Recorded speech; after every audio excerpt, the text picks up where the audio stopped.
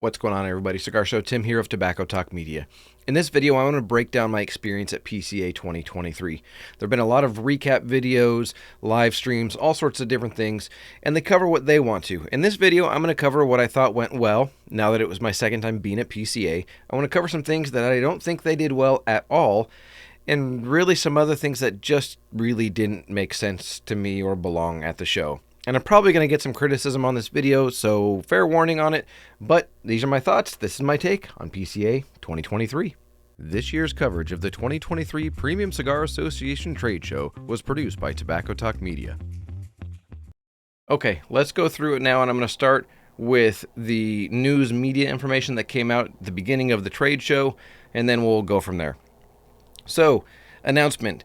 Next year, the PCA Trade Show will take place in Las Vegas. It will not be at the Sands Expo connected to the Venetian. It's going to be at the Las Vegas Convention Center next year. The year after that, 2025, it's going to be taking place in New Orleans, Louisiana. So they've moved it for 2025. There was rumor of this taking place, that in 2025 it was going to move to Louisiana. It has been confirmed, and it is taking place April, I think it's 11th through the 14th, something to that effect. Next year in Las Vegas, they have moved up the dates to March. So it's taking place the middle to the end of March, around the 22nd, if I'm not mistaken, is when next year's trade show is going to take place. In addition to the change to March, what PCA has decided to do is eliminate the final day of the trade show. So Friday night is the opening night mixer for everybody, and then the show officially opens, if you will, for retailers and all of that on Saturday. So you have Saturday, Sunday, Monday, and then half day Tuesday is when the trade show takes place. What PCA has decided to do very wisely, in my opinion, is eliminate Tuesday. Eliminate the last day of the event, so it's really 3 full days of the trade show, not 3.5. And there's a number of different reasons why I think this is a good idea. After having been there a couple times now, you can look around on Tuesday and notice that there's just a very different vibe within the entire trade show floor room. A lot of the manufacturers and brand owners have taken off, whether it be Eric Espinoza, whether it be Michael Herklotz, whether it be a number of different larger brand name owners, large and small brand names, not being there because they know that it's not a full day, and they get back to wherever they're living and coming from and continue on with their business because they know that it's not a big day for it. So it was really smart on PCA's part to have that final fourth half day, or the half day on the fourth day, have that be eliminated from the event. Very, very smart that they did that. I thought it was a good idea. So they've done that. They're moving to March next year, and then they're going to April in 2025. So all the news is out of the way. So let's start with the opening night. Opening night mixer event for everybody, whatever label you want to put on it, was hosted by 3 different people, or sponsored by 3 different people, different brands this year. So there was the sponsorship by Espinoza, by Dunbarton Tobacco and Trust, and by Room 101 Cigars. So it was cool that there was more than one brand being spotlighted or sponsoring the opening night mixer this year compared to last year. But there were a couple things that really did not work for it. One, the room was very full. There were a ton of people in there. It was cool to just get to see and say hey to a bunch of different people that I haven't seen since TPE, or even before that, last year at PCA. But one of the things that did not work well at all was the line to line up and get your cigars from each of those 3 brands. But then at the end of the line, up until 8 o'clock, which is when the event was supposed to end, Guy Fieri was there in the Espinoza booth, taking pictures, signing the cover of Cigar Aficionado, signing an 11x14 poster, and taking pictures like I mentioned. That took such a long time that I ran into Bob the Cigar Guy in Chief and gave them hugs, said hey, all that kind of stuff, but then was talking with him, and I said, oh, that's cool, you're in line, how's it moving? And Bob looked at me and said, I think we've moved from there to here in the last hour, because I've been in line for an hour. And I just thought, oh my goodness. And based on that time frame, I was looking ahead and could already think with my mind on how the line's been moving that they're probably not going to get to see Guy before 8 o'clock. Unfortunately, they didn't. But when Guy took off at 8 o'clock, which is when he was scheduled to take off, I went and talked with Bob, saw him in line again, Bob and Chief, and, waved hi and how you doing, how you holding up kind of a thing. And Bob just said, you know what, I just want the experience, which I thought was a great attitude to have towards the whole thing. Yeah, he didn't get to meet Guy. He's okay with that. He wanted to experience the going through the line, going through Room 101, Dunbarton Tobacco and Trust, and Espinosa, and just experiencing all of that and saying hi to those brands and those people that are behind the table, helping pass out the cigars for that opening night mixer. That was something that I wish was much better organized or went better. The previous year, so last year, they had the table where you had to walk up and get your cigars, but it wasn't such a single file line. You could go from one brand to another and get cigars, and I think that would have made this year much more fluid in terms of getting everybody through all the lines, getting them to each of the manufacturers, and it probably would have helped the line for Guy Fieri go a little bit faster because people would have been able to, split up, divide and conquer, basically. So that unfortunately did not go well, in my opinion at all. The room, again, was great. Music, all sorts of different stuff. It was a great time to hang out and get to see people again, talk, enjoy good cigars, all that kind of stuff. So day one of the trade show, and I'm not going to go every single day specifically, but when the trade show opened, there was just the usual buzz that's been in the room, whether it's TPE or PCA, for the last couple times that I've been. And you could just see that there was this fun kind of, excitement in the room, fun vibe. And when retailers started coming in and walking around, you got to see everybody from the day before when I did my little video and posted it up that said, hey, there's a long way to go. Here's behind the curtain. Look, it's not all glitz and glamour right now. You got to see everything done. Everything was ready to go, and you got to see all the booths go, okay, we've got it set up. We're ready to rock and roll, so let's get this thing going. And it was cool to see them just sort of turn it on. There were some booths that had very simple setups. For example, Jeremy with Wildfire Cigars. Great guy, nice guy. Got to talk to him. Didn't interview him, but got to talk to him for a little bit. He had a tow-behind single-axle trailer that is like a two-person camping trailer, and he had everything inside there. That was his booth. Sitting out next to it was basically a picnic table or a table with the cigars and a couple chairs with some AstroTurf underneath it. Very chill, very relaxed, very camping outdoors kind of vibe. And when you looked at his name badge, it said Jeremy, but it said his title was camp director, so it was fun that he played off of that quite a bit. But there were some very simple setups like that, which was still great, all the way to very elaborate ones like La Aurora and United Cigars. United Cigars, if I were, and I'm going to sidestep for a second, if I were to go for like the booth of the year in terms of overall classiness, presentation, and everything, honestly, I would give it to the United Cigars booth.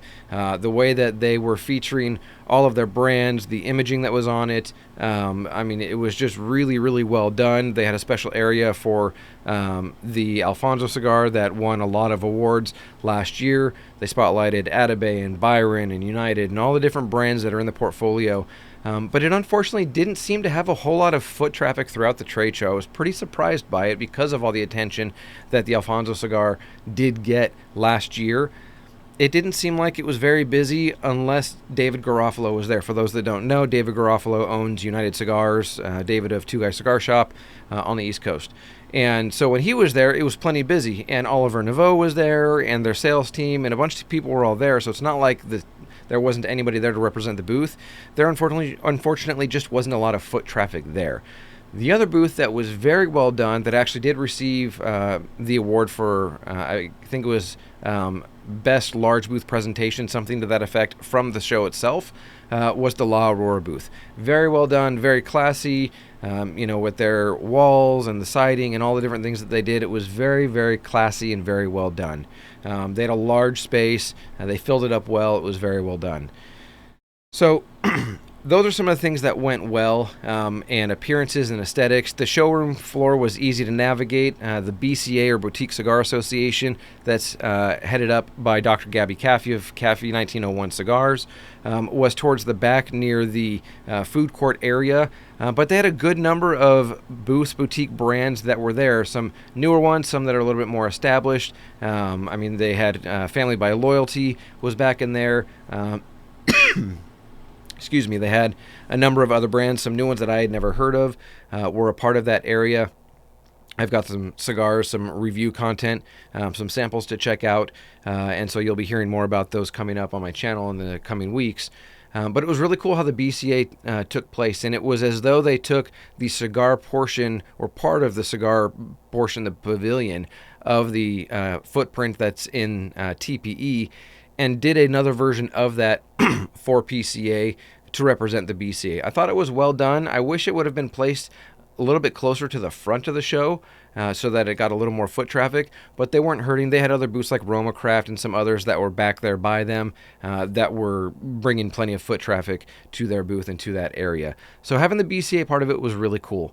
One of the things that I didn't fully understand why it was there and those different things is the presentation, or the re-debuting, if you will, of the Fuente Padron collaboration that they unveiled last year. That if you go back to my thoughts on last year's video, right up there, click and watch that.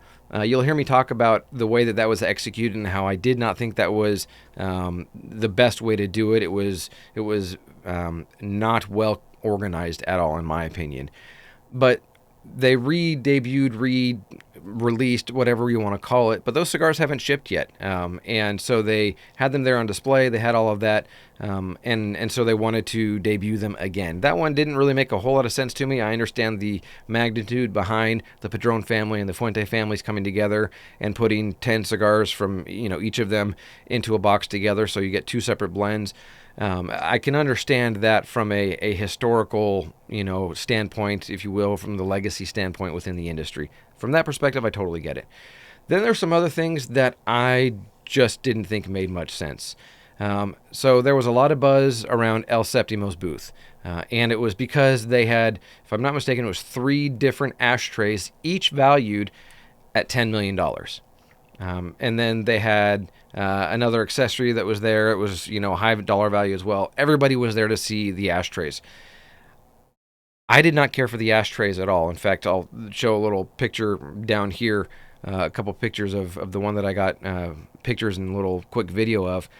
It, to me, does not speak of elegance whatsoever. Now, everybody defines elegance differently, but to me, it just didn't define it well.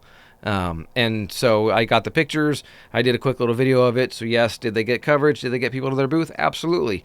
El Septimo has been very good at their marketing to present themselves as a higher dollar value premium brand, and this was a way that they could continue driving that message. And then there were other booths that were there that I'm glad they were still there, that had plenty of foot traffic, and it's all the other manufacturers and brands and all that. But there was pretty good representation of pipes still at the trade show, which I was really pleasant to see, or was really happy to see. I actually picked up 2 pipes myself, a couple of Meerschaum block pipes. And so it was really cool to see the pipe aspect of the industry still being represented and still having manufacturers and brands come out and be present at the trade show. But there were, Pete Johnson had his large booth again. Crowned Heads had a large booth again, showing off what their new blends were, what they had to display, what the Osgener family cigars had to display, all those different things. And you already saw the interview, hopefully, that I did with John Huber of Crowned Heads. If not, click up there again, and you'll be able to watch that interview. Really enjoyed my time sitting down with him. It was the first interview that I did at the trade show. First morning, all of that, but that just carried its way on through. I did something different this year, which helped me get to more of the show, and that was do some still photography of some of the booths and what they had to display so that I can write up articles and do things like that for the website. But I did less video interviews, or about the same number of video interviews that I did last year, and I did that intentionally because I wanted to take in more of the trade show. But let's get back to the trade show operations and how it went. The attempt, I'm going to say this as nicely as I can, the attempt to have a nightlife activity that is put under the umbrella of PCA, I understood them wanting to do that because TPE is known for having different activities, different parties, different things like that that are connected to it, even though they're not put on by TPE. PCA had this nightlife pass that you could buy, and I think starting out it was $199 to have this sort of access pass to go into their member only, attendee only kind of things. I don't know many people that attended any of those events, and I'm not saying that that's bad on PCA, but the attendees of PCA, I don't think, are used to that, and there were a lot of other activities that were planned. For example, I was invited on Saturday night to attend Nestor Miranda's 80th birthday party, which was also the 25th birthday of Tatiana Cigars. For those that don't know, Nestor Miranda is the head of Miami Cigar Company, and so it was a celebration of Nestor's 80th birthday, and then again the 25th anniversary or birthday of Tatiana Cigars, Tatiana named after Nestor's daughter.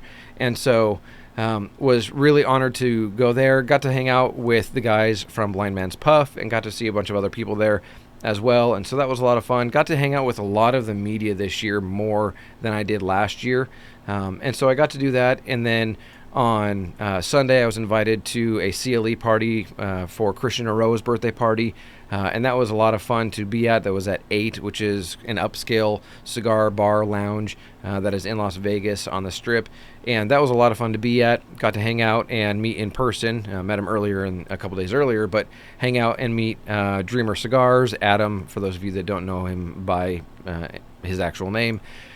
Got to hang out with him, got to hang out with a couple other people, got to hang out with just so many different people throughout that time, whether it's media, whether it's creators of, apps, whatever it may be. Got to hang out with quite a few different people at that party, which was a lot of fun. I mean, you see, whether it was the Nestor birthday party or whether it was the one for Christian Aroa, got to see everybody coming in. I mean, Carlito Fuente's there. You see John Padron coming in. You see a number of different names and people that are all coming in for either of the different parties. And so it was really fun that the community came together in support of the community, especially at Nestor's birthday party. You saw a lot of those legacy not characters, but people show up, which was really cool to show the support and to see that.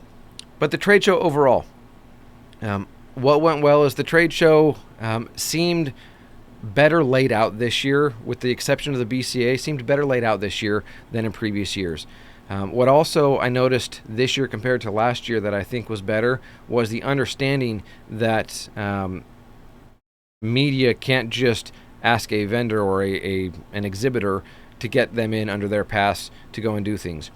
And I know some of you may say, but Tim, you went with Founders and you're part of media, and you're 100% correct. But I also work the Founders booth. I'm a part of the Founders team, if you will. And so it wasn't a situation of me piggybacking off of them. I was there to support them throughout the entire event, whatever they needed, and to do my media stuff when I was able to get that done as well. So it was good that the understanding of not piggybacking off of a manufacturer took place, and it seemed like it was much less flooded, if you will, with a lot of the online personalities and YouTubers and Instagram people and social media influencers and all that.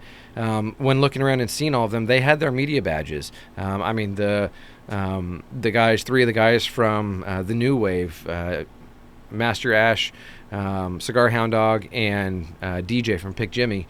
Got to meet all 3 of them. I had met Michael of Master Ash at TPE earlier this year. All 3 of them great guys. Got to talk with them, chit-chat for a little bit while we were all doing our different things and moving different directions. But good to see them, good to meet them in person and do all that. But that was much better. Everybody that was media pretty much had media passes like they were supposed to. What I wish PCA would adjust, one they already have, is cutting off that last day, that half day. They've already done that, which again, kudos to you, PCA. Scott, I don't know if you're going to see this, but great job on making that decision or being a part of that decision taking place. But another thing that I would love to see actually some improvement is an area for the media to have, whether that be a booth or a space or an area that's closed in, kind of like what TPE does, where there's a dedicated Wi-Fi internet for them there to upload articles or post a video content, whatever it may be. I hope PCA puts together an area like that next year. And we'll see what happens, but I hope that takes place, because I think that is only going to help the media want to be there. And I hope that they don't make it so that you have to pay the full price, the $480, I think is what it is, to have a membership, which basically just gets you in to the PCA. And yes, obviously it helps legislation and all of that. But other than helping legislation and getting you into the show, there's really no other perks for media to be there. And to spend $500 for access to the show, it's over $100 a day just to get into the show and to do your content. And most of the content creators and media people like myself, like the New Wave guys, like Bob the Cigar Guy, this is all extra. This is all stuff that we do on the side. This is not our primary income at all. I mean, Cigars with Michelle, she was there, and she and I had a conversation about this. It was good to see her again, and saw a number of different media personalities and people and influencers and whatever label you want to put on it. It was good to see us all there, but I think it would be more representation. There would be more representation from the media if they were to create a dedicated media area, if they were to significantly reduce the membership cost for media. Oh, I saw the Bakersfield gentleman there, Frankie Miguel. Always good to see those guys. I think that would go over much better, and it would be an easier buy-in for media people that are on the fence, that are wondering if they should go, paying for airline tickets and hotel and all those different things. I mean, you're spending well over $2,000 with airline and hotel stay before you even pay for the $500 to have a membership to the media. So I hope PCA, Scott, if you hear this, I really hope there's something that can be done to make it a little more conducive for media to be there. Yes, you had better media presence this year than last year, in my opinion. And by better, I want to say more quality media. Not that there were terrible people last year, but the way that the media was there and represented themselves and all the different things that I saw, it was not a, hey, I got in just so I can get free cigars because I do stuff on YouTube. There wasn't much of that I saw going on, and maybe I just missed it. But I hope there's something that can be changed for future years with the media membership for PCA. Because, I mean, if it's a matter of it, going down to $100 and then there's a media area and a dedicated space. So we're still supporting what's going on, but there's an understanding that, there's no money being made back by us. I think, for me, I'd throw my money in right now and no big deal, no question whatsoever. Even though I work with founders and I can legitimately get in through their booth, I would easily pay and be part of the media and go through that whole process and be a member because it would make sense to me then. So that was something that I really, really took away as wishing would improve and would change for next year. Had a couple conversations, and I'm hoping that maybe something's going to adjust, but we'll see. One of the things that a lot of people talked about was Brian DeSin, Pravada Cigar Club. He was there. He had a booth there next to that. Jono Cigars, great guy. Got to actually meet him in person, talk with him a little bit. It was cool to meet him and again, see each other face to face, not just through, computer or phones. And he was doing a lot of the video podcast stuff for them, as he does. So that was really cool that he was doing that for Pravada, or for Cigar Public is really what it's for. And then just a lot of the different, vendors, exhibitors that were there. It was good to walk around and just see everything that was going on. So you've heard some of the positive things. You've heard some of my critiques. Some of them, some things to me that just didn't make sense, like a $10 million ashtray. You have one, okay, but you had three of them. And then you had an accessory. I don't know if it was a cutter or a lighter. I don't remember what it was. It wasn't something that I was honestly super focused on. And a lot of different releases. I mean, Tatuaje, Pete put out 20th anniversary stuff. They put out the champagne. I'm blank. Perdomo.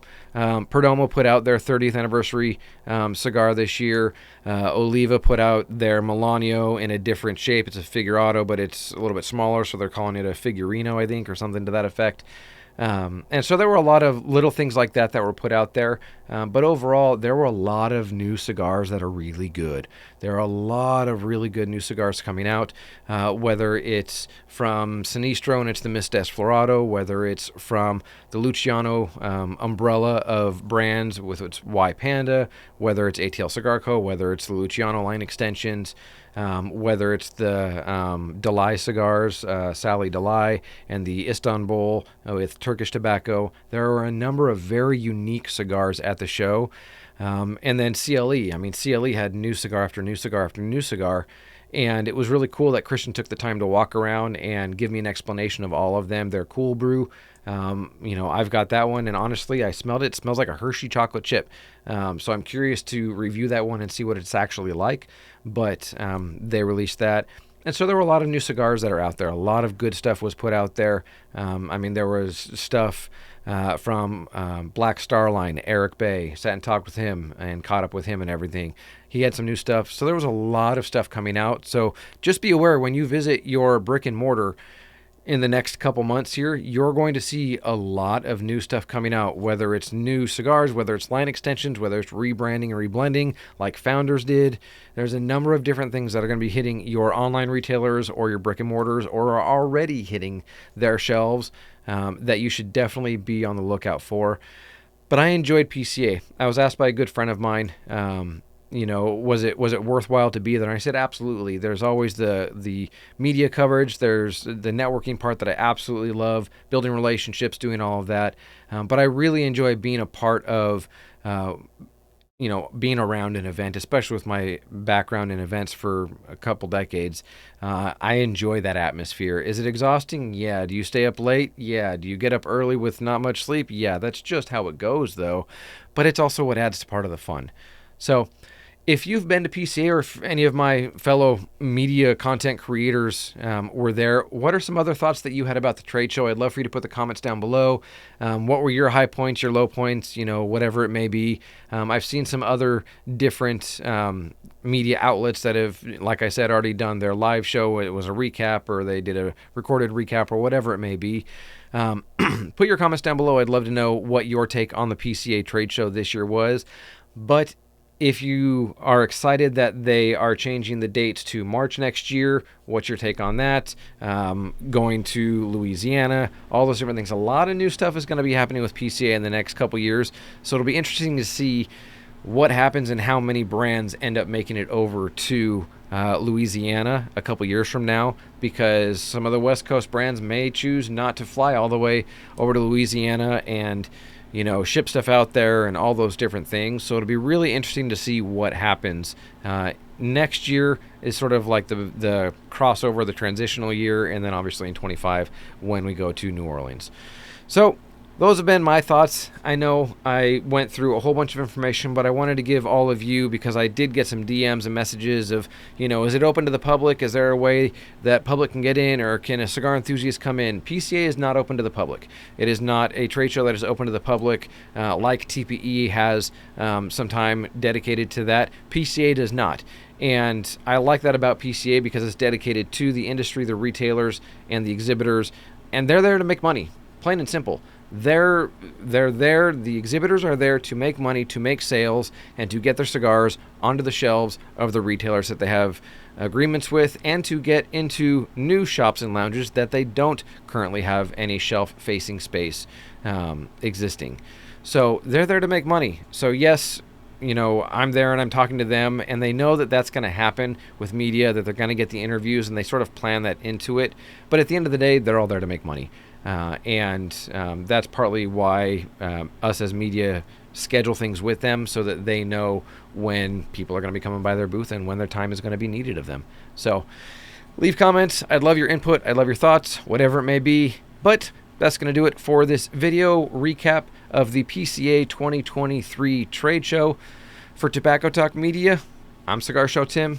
Enjoy your cigar journey, everybody. As always, I'll see you. This year's coverage of the 2023 Premium Cigar Association Trade Show was produced by Tobacco Talk Media.